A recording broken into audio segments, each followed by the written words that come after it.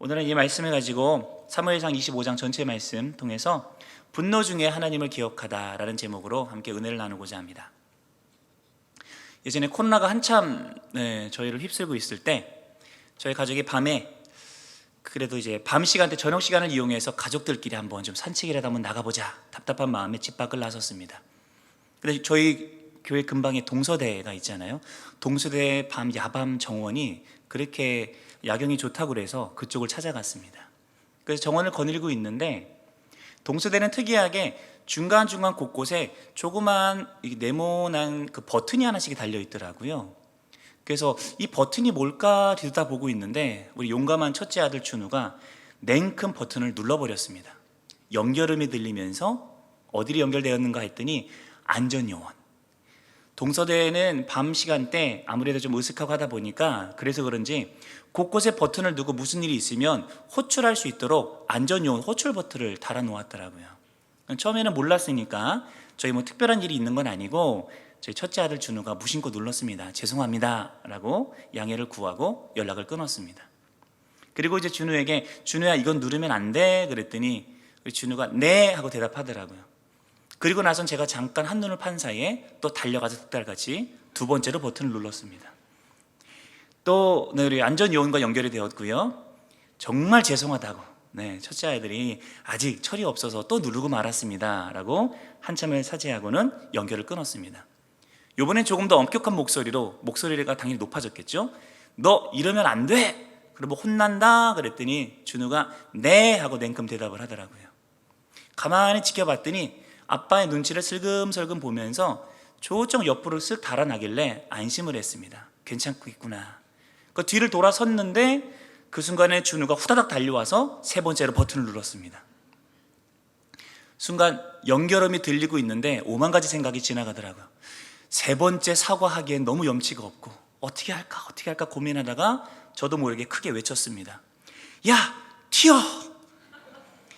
그리고는 둘째 딸내미를 들쳐업고는 제가 달리기 시작하니까 저희 와이프와 준우도 덩달아 뛰기 시작했습니다.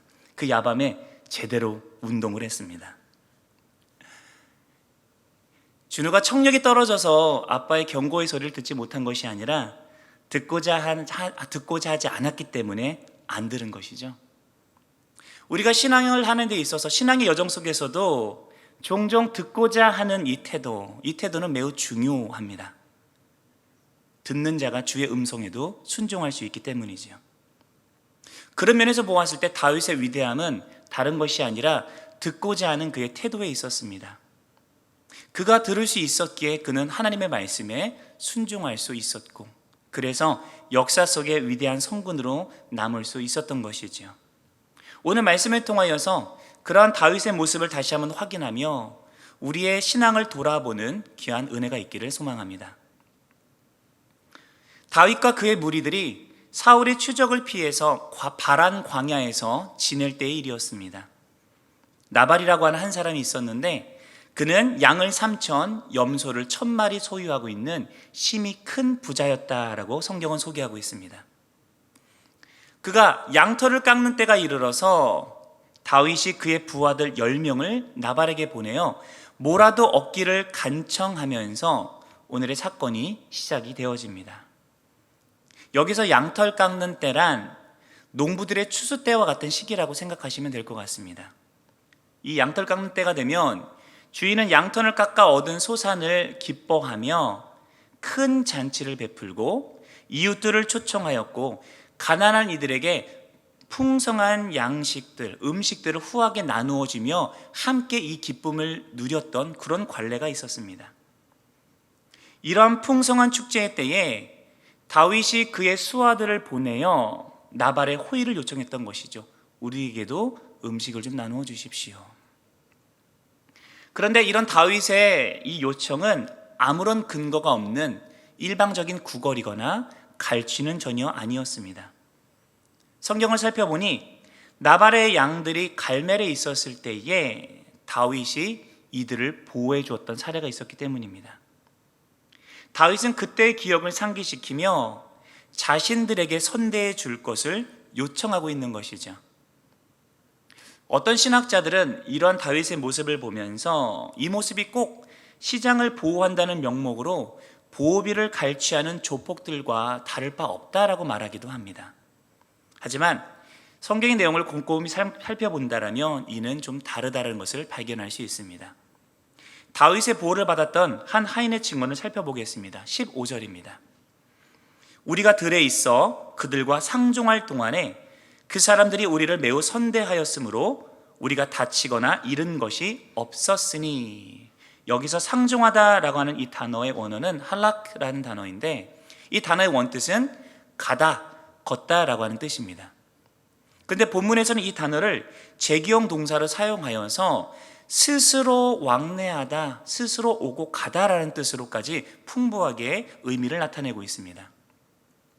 즉 나발의 양떼를 지키는 종들은 스스로가 자원해서 자발적으로 다윗과 교제하고 소통했다는 뜻입니다. 언제 나타날지 모르는 들짐승과 약탈자들로부터 양떼들을 지키기 위해서 이들은 다윗의 도움을 요청하였고 그래서 자발적으로 다윗에게 나아갔던 것으로 보입니다. 다윗은 이들의 요구를 들어주었고요, 그들을 선대하여 그들의 소유가 아무런 해를 당하지 않도록 지켜주었습니다. 사실 보호비를 받고자 했다라면 이때 이들이 연약해져 있었을 때에 그들과 정식으로 계약을 맺고 당당하게 요청할 수도 있었는데 성경의 문맥을 살펴보면 그런 계약에 대한 이야기는 전혀 없습니다. 즉 다윗은 순수히 호의로서 이들의 소유를 보호하고 그들을 지켜주었던 것이죠. 다윗의 호의에 의해서 나발의 그 목자들은 다치거나 잃은 것 없이 자신들의 양떼들을 잘 돌볼 수 있었다라고 하인은 증언하고 있는 것입니다. 그리고 지금 25장에 이르러서 역으로 다윗이 풍성한 결실의 때를 맺은 나발에게 자신의 수하를 보내서 상식적인 선에서 그의 호의를 요청하고 있는 것이죠. 이는 관습적으로 보나 도덕적으로 보나 전혀 무리하지 않은 정중한 요청이었습니다. 그런데 나발은 이를 무시하고 더 나아가서 다윗을 모욕합니다. 10절입니다.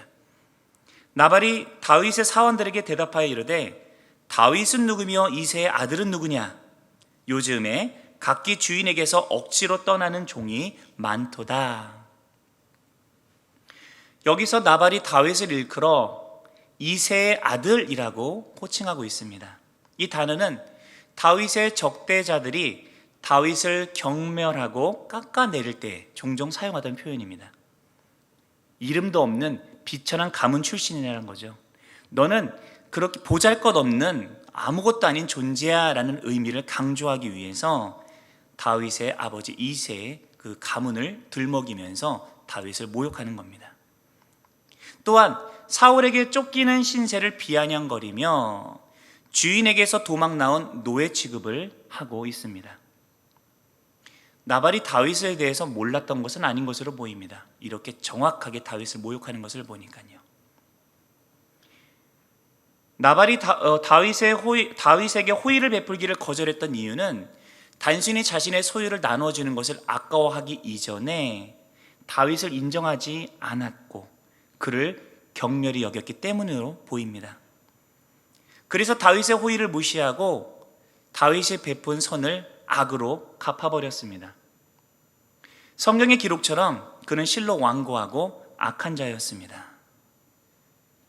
이 소식을 전해들은 다윗은 맹렬히 분노하며 즉각 이렇게 반응합니다. 13절입니다.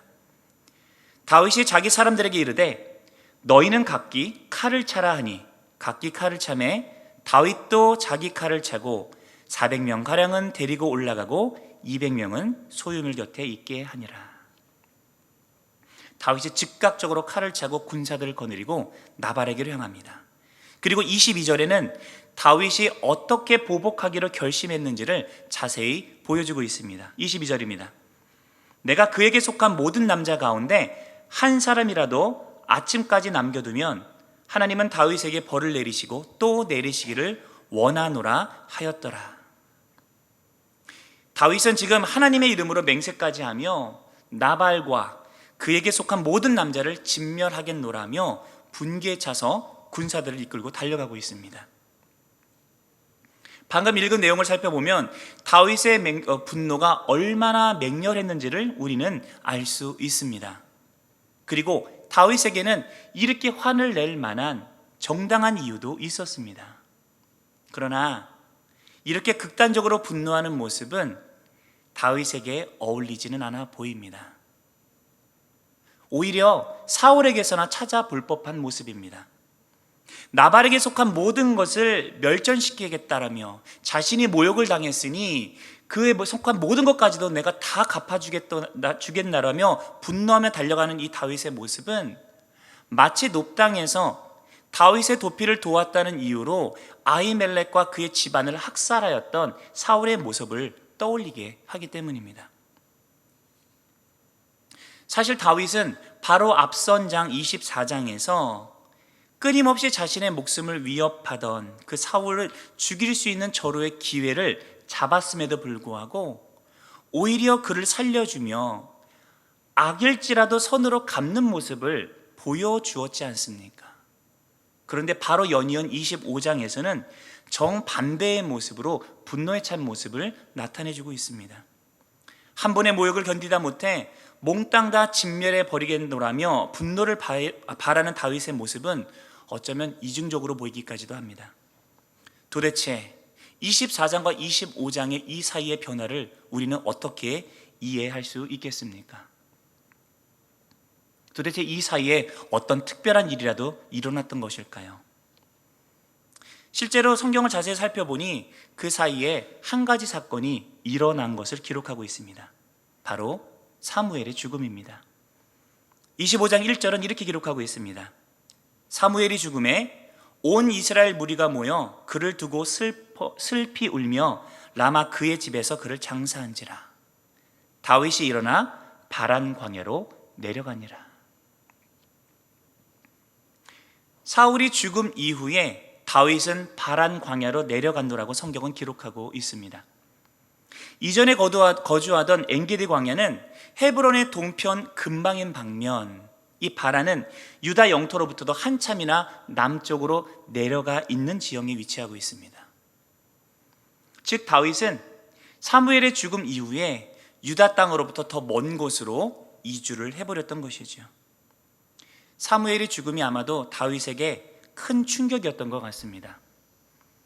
그를 기름 부어 왕으로 세웠고 다윗에게 가해지는 사울의 위협에서도 그나마 제동을 걸어줄 수 있었던 유일한 사람, 선지자 사무엘이 세상을 떠나버렸기 때문입니다. 이제는 누구에게 의지하고 조언을 구할 사람조차 남아있지 않은 상황. 그래서 그는 사울을 더욱더 두려워하며 더 먼 곳으로 피신을 한 것으로 보입니다. 그에게 기름을 붓고 그를 왕으로 세웠던 그 선지자 사무엘이 세상을 떠나버렸지만 여전히 세상의 모든 부분들은 변한 것이 하나도 없었습니다. 자신을 지지해주던 영적 거인의 죽음은 다윗의 마음을 온통 흔들어 버렸던 것으로 보입니다.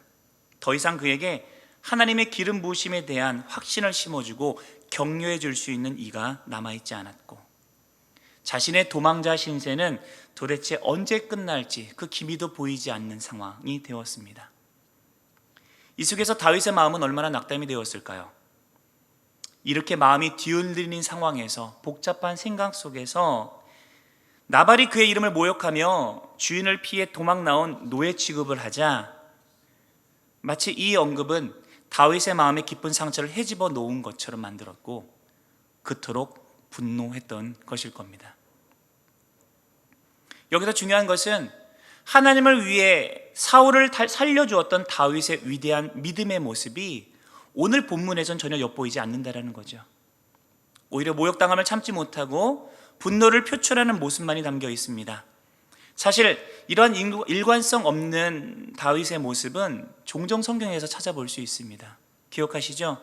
17장에서 그가 골리앗을 맞서며 얼마나 당당했던지. 그런데 21장에서는 당당했던 그가 사울을 두려워하고 아기스 왕을 심히 두려워하며 비루한 모습을 보여줍니다. 정반대의 모습이죠.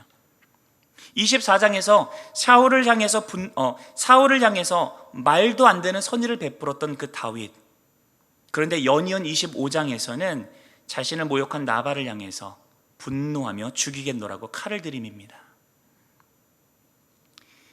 다윗이 상황에 따라 여러 가지 다른 옷을 입는 가식적인 인물이었기에 그랬던 것일까요? 아니요, 그렇지 않습니다. 이는 다윗이 지극히 인간적인 사람이었기에 드러나는 연약함일 뿐이었습니다. 그가 사건에 앞서서 하나님을 떠올리고 그분의 명예를 먼저 생각했을 때 그는 믿음으로 반응하며 놀라운 승리를 일굴 수 있었지만 눈앞의 상황과 사건과 내면의 혼잡함에 그의 마음이 먹혀버렸을 때에, 매몰되어 버렸을 때에 그의 인간적인 면모가 여실히 드러나 버린 것에 지나지 않습니다. 다윗은 믿음의 사람인과 동시에 지극히 인간적인 연약한 자였습니다. 위기의 상황 속에서 한 번 믿음으로 큰 승리를 일구었다 할지라도 그 한 번의 승리가 통전적인 인생의 믿음을 보장해 주지 않는다는 사실을 우리는 기억해야 합니다.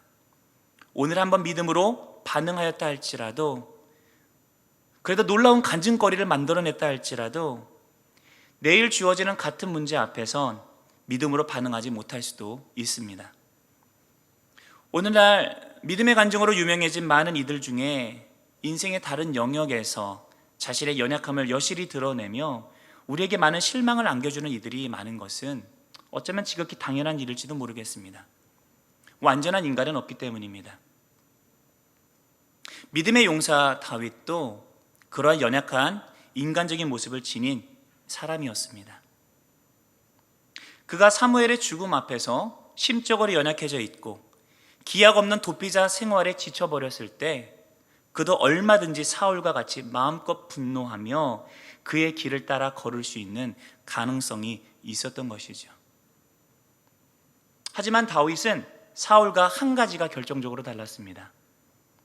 사울은 사무엘을 통해 들려주신 하나님의 직접적인 음성을 듣고도 마음을 돌이키지 않고 불순종의 길을 걸었지만, 다윗은 분노 중에 만난 한 보잘것없는 여인의 말 속에서 하나님의 뜻을 깨닫고 자신의 결정을 돌이킬 줄 아는 민감함을 가지고 있었던 사람이었기 때문입니다. 다윗이 군사들을 이끌고 나발에게로 향할 때에 다윗의 앞에 한 여인이 나타납니다. 이 여인은 나발의 아내 아비가일입니다. 그녀는 다윗의 길을 가로막았고 그 앞에 엎드려 다윗의 은혜를 구합니다. 그녀가 다윗 앞에 나선 이유와 목적은 분명했습니다. 나발을 향해 분노하는 다윗의 마음을 녹이고 돌이키고 자신과 자신의 남편의 소유를 구원하려는 것이었죠. 그런데 그녀가 다윗에게 들려주는 여러 말 속에서 자신의 바램만 담겨 있지는 않는 것에 주목을 하게 됩니다. 하나님께서 다윗에게 기대하시는 바와 앞으로 일어날 일들에 대한 예언적인 기원이 그녀의 말 속에 담겨 있었기 때문입니다. 26절 상반부입니다. 내 주여 여호와께서 살아계심을 두고 맹세하노니 내 주도 살아계시거니와 내 주의 손으로 피를 흘려 친히 보복하는 일을 여호와께서 막으셨으니. 아비가일은 하나님께서 다윗이 지금처럼 친히 보복하는 것을 막으셨으니라고 표현하며 확고한 완료형 시제를 사용하고 있습니다. 명확하게 하나님께서 막으셨다라는 겁니다. 그래서 나발을 치는 것은 하나님의 뜻이 아니다라고 명확하게 드러내고 있습니다. 아마도 그녀는 다윗이 나발을 치는 이 극박한 상황 속에서 그녀가 자초지종을 듣고 다윗이 복수하기 전에 먼저 그 앞에 나와서 하나님께서 원하시는 말을 말할 수 있었다는 이 상황 자체를 하나님께서 다윗의 복수를 막으시는 것으로 보았던 것으로 보입니다. 그렇다면 하나님께서는 왜 다윗이 친히 나발에게 복수하는 것을 막으셨다라고 말하는 것일까요? 아비가일이 이어지는 말 속에서 그 실마리를 찾아볼 수 있습니다. 30절과 31절 상반부입니다. 여호와께서 내 주에 대하여 하신 말씀대로 모든 선을 내 주에게 행하사 내 주를 이스라엘의 지도자로 세우실 때에 내 주께서 무죄한 피를 흘리셨다든지 내 주께서 친히 보복하셨다든지 함으로 말미암아 슬퍼하실 것도 없고 내 주의 마음에 걸리는 것도 없으시리니. 다윗이 이스라엘의 왕위로 오를 때에 아직은 오르지 않았지만 오르게 될 것을 지금 기원하고 있습니다. 그때에 무죄한 피를 흘리거나 친히 보복함으로 인하여서 흠이 생기는 것을 주께 하나님께서 원치 않으신다는 겁니다. 실제로 다윗은 하나님의 기름 부음 받은 자로서 이스라엘의 왕으로서 내정된 자입니다. 그러니 그의 칼은 마땅히 나발과 같은 이스라엘의 백성을 향하는 것이 아니라 백성을 위협하는 외세로 향하여 함이 마땅합니다. 그런데 일시적인 혈기로 자신의 백성에게 칼을 휘두르는 것은 왕된 자로서 흠이 되는 일이었고, 이는 마땅히 주께서 원치 않으시는 일이었던 것이죠. 하나님은 다윗이 흠을 가지고 왕으로 세워지기를 원치 않으셨습니다. 이 아비가일의 말이 다윗에게 기름 부음 받은 자로서의 위치를 떠올리게 했던 것으로 보입니다. 그리고 하나님께서 무엇을 기뻐하시는지를 다시 한번 생각하게 했던 것 같습니다. 사무엘이 죽은 뒤에 낙담하고 실망하여 있던 다윗에게 아비가일의 이러한 일침들, 그리고 그녀가 되풀이하는 이 말들은 마치 사무엘이 들려주었던 예언들을 떠올리게 했었는지도 모르겠습니다. 이에 다윗은 하나님의 뜻을 깨닫고 자신의 모든 분을 누그러뜨리며 아비가일을 향해 칭찬과 축복의 말을 건네고 돌아섭니다. 아비가일이 다윗의 입맛에 맞는 달콤한 말을 그의 귓가에 들려주었기 때문에 그의 화가 누그러진 것일까요? 아닙니다. 다윗은 아비가일의 말 속에서 하나님의 마음을 느꼈기에 돌이킨 것입니다. 이는 이어지는 다윗의 찬양의 고백 속에서도 알 수 있습니다. 32절부터 34절까지의 말씀입니다. 다윗이 아비가일에게 이르되 오늘 너를 보내어 나를 영접하게 하신 이스라엘의 하나님 여호와를 찬송할지로다. 또 내 지혜를 칭찬할지며 또 내게 복이 있을지로다. 오늘 내가 피를 흘릴 것과 친히 복수하는 것을 내가 막았느니라. 나를 막아 너를 해하지 않게 하신 이스라엘의 하나님 여호와의 살아계심을 두고 맹세하노니 내가 급히 와서 나를 영접하지 아니하였다면 밝는 아침에는 과연 나발에게 한 남자도 남겨두지 아니하였으리라 하니라. 이 다윗의 고백을 하나님을 주어로 해서 내용을 정리하며 바꿔보겠습니다. 하나님께서 너 아비가일을 보내 나를 영접하게 하셨고, 너를 통해서 내가 피를 흘릴 것과 친히 복수하는 것을 막으셨다. 그러한 하나님을 찬양한다가 다윗의 고백의 핵심 내용이 되겠습니다. 하나님께서 하셨다는 것이죠. 가련인 한 여인의 말을 통해서 하나님께서 이 여인을 통해서 내가 하나님 앞에 흠 있는 왕으로 세워지는 것을 원치 않으셨기에 주께서 친히 막으셨다라고 다윗은 고백하고 있는 것입니다. 다윗에게는 주의 말씀을 듣는 귀가 있었습니다. 한순간 치미는 혈기를 이기지 못하고 나발과 그의 모든 소유를 죽이겠다라며 결심하고 달려들었을지언정 그 분노 중에도 아비가일의 말을 듣는 순간 하나님께서 자신을 막으시고 계시다는 사실들을 즉각 깨닫고 하나님의 기뻐하시는 뜻을 분별하고 자신의 마음을 돌이키는 민감함이 그에게는 있었던 것입니다. 이러한 민감한 자세가 다윗으로 하여금 사울의 길에 들어서는 것을 막았고 하나님께서 기름 부으신 왕답게 살아가게끔 힘을 제공하였던 것입니다. 아비가일의 손을 통해서 다윗의 손으로 보복하는 것을 막으신 하나님께서는 그분께서 친히 다윗의 억울함을 풀어주셨다라고 성경은 기록하고 있습니다. 훗날 아비가일을 통해서 다윗의 손에 의해 멸문지화를 당할 뻔한 이 자초지종을 들은 나발은 그 자리에서 몸이 돌과 같이 되었고 열흘쯤 지난 후에 죽어버렸다라고 성경은 기록하고 있기 때문입니다. 이 죽음을 가리키며 성경은 하나님께서 나발을 치셨기 때문이라고 38절에서 기록하고 있습니다. 실로 하나님께서는 아비가일을 통해서 다윗의 보복함을 막으셨을 뿐만 아니라 다윗의 억울함을 친히 풀어주셨습니다. 말씀을 맺도록 하겠습니다. 우리는 삶을 살아가면서 때때로 믿음으로 반응하지만 그러지 못할 때도 있습니다. 어느 순간 하나님을 잊어버리고 행동할 때가 종종 찾아옵니다. 믿음의 영적인 거인일지라도, 위대한 자일지라도 실패하고 넘어지는 순간은 반드시 경험합니다. 하지만 중요한 것은 그런 순간에도 하나님의 말씀을 들을 수 있는 귀를 열어두는 것입니다. 주께서 지금 나에게 말씀하고 계시는 것은 없는지, 세밀한 소리와 작은 변화에도 마음을 기울이는 자세가 우리에게는 필요합니다.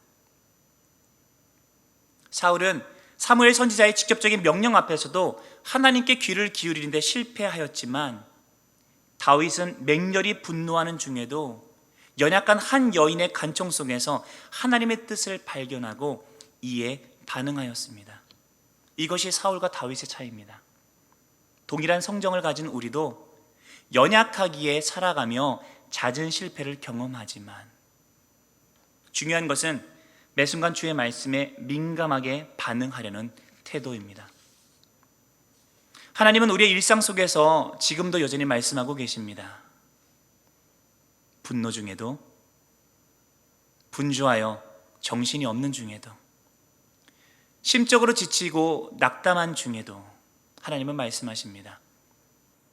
사람을 통하여, 상황을 통하여, 때로는 직접적인 말씀을 통하여 우리에게 그분의 뜻을 일러주십니다.